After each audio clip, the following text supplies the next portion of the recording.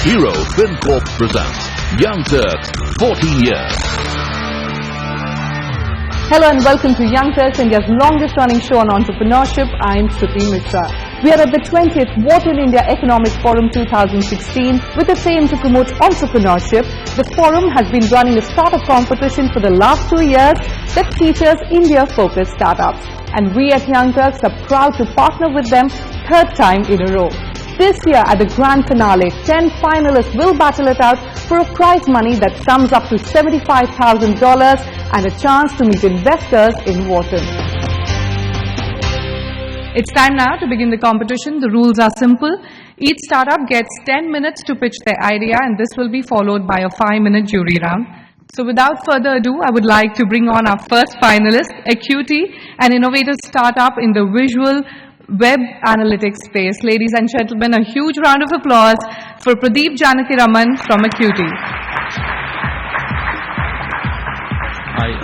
About a year and a half or 2 years ago, my last stint was with a big data analytics company. I was setting up engineering, and one of the problems that we were facing repeatedly when I was doing RFPs was analytics startups and analytics established companies were crunching text data. So what if we had the ability to crunch visual data, like content that lies embedded inside images, videos? This thing actually came up when very specifically I was filling out a RFP for the Tasmanian Police Department, Australia.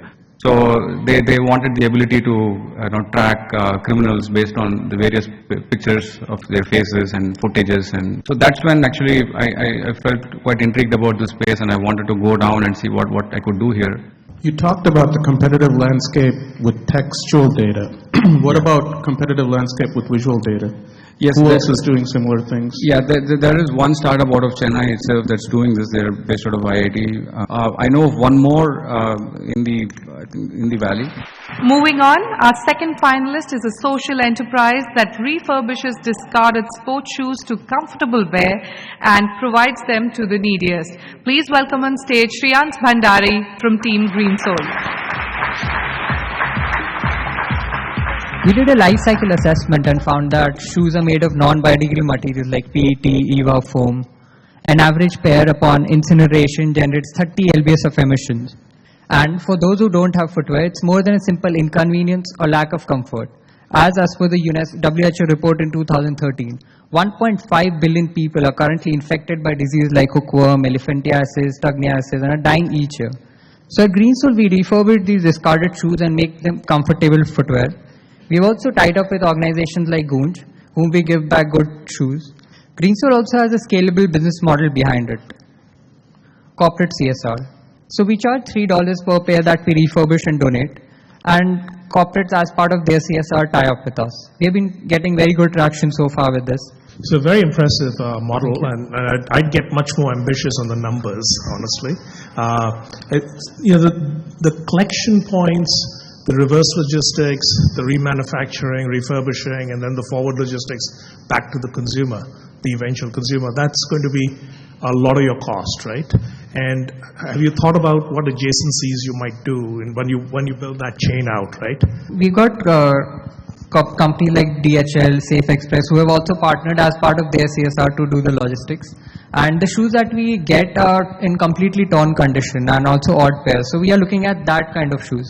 And the shoes which are in good condition, we simply give it back to athletes who require them. How can you think bigger, right? You're talking about $100,000 in 2017. What are the top 2-3 things you would do differently if we came back and said, how can you make that $1 million, right? We've got 50 partners with RAM Export, so it will take all of them. Like suppose Levi's having one separate range of Green Soul footwear in their store. So imagine 250 brands having a separate range of completely recycled footwear made by Green Soul for them. So that will take it to $1 million. Next up, we have iFreedom, an innovative app that helps users save internet data and hence use more with less. Well, I'm really looking forward to this one. Please welcome on stage SIDDHARTH RAJA. It basically does 3 things. First, it gives you more out of a data plan. In simple words, you pay, say example, 300 rupees and take 1 GB of data plan. Just use iFreedom in the background and you'll be able to get more than 1 GB. The second thing that iFreedom does, it secures your connection. And third thing, it helps you bypass firewalls. In some countries, there is a problem where you are not able to access basic websites like Google, Wikipedia, Facebook, all those things. So it helps you bypass those firewalls and get through it.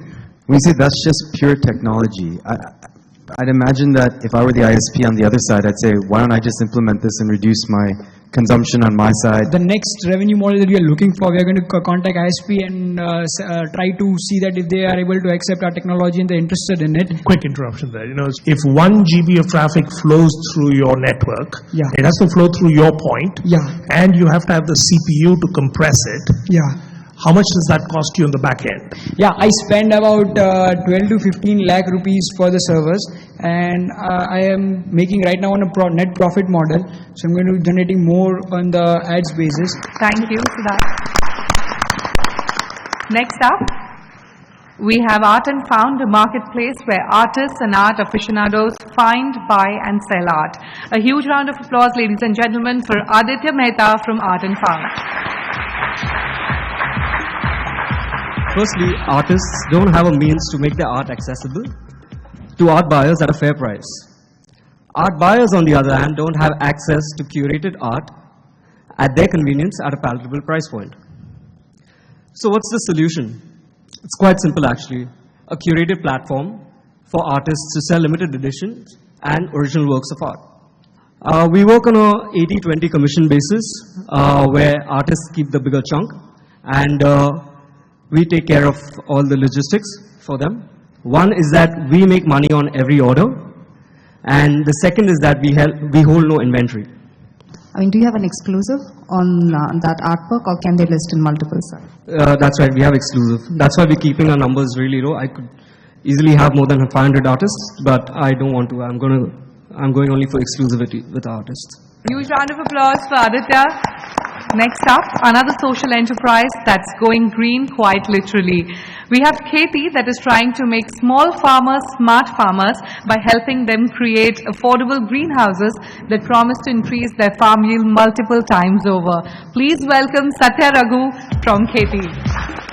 Ashok Gaud is a farmer from Kucherkal village of Mehbubnagar district of Telangana, where in 2 acres of land with his wife and 3 children, Ashok Gaud cultivates paddy and vegetables. Current year, in September, there was one unseasonal rain, and the sunflower production, whatever Ashok was doing, was completely washed off. There are 96 million small farmers in India who exactly have the same problem. We offer a modular structure with bunch of solutions to make sure what farmer predicts is what farmer exactly gets. By using just 10% of water, greenhouse protects the farmers from climatic extremities like heat, rain, pest, cold. The ones which more often than not make the farmer's life unpredictable. But each acre of greenhouse costs almost 40 lakh rupees, which makes it quite unaffordable. So, at Kheyti, we love to call it as GIB, greenhouse in a box.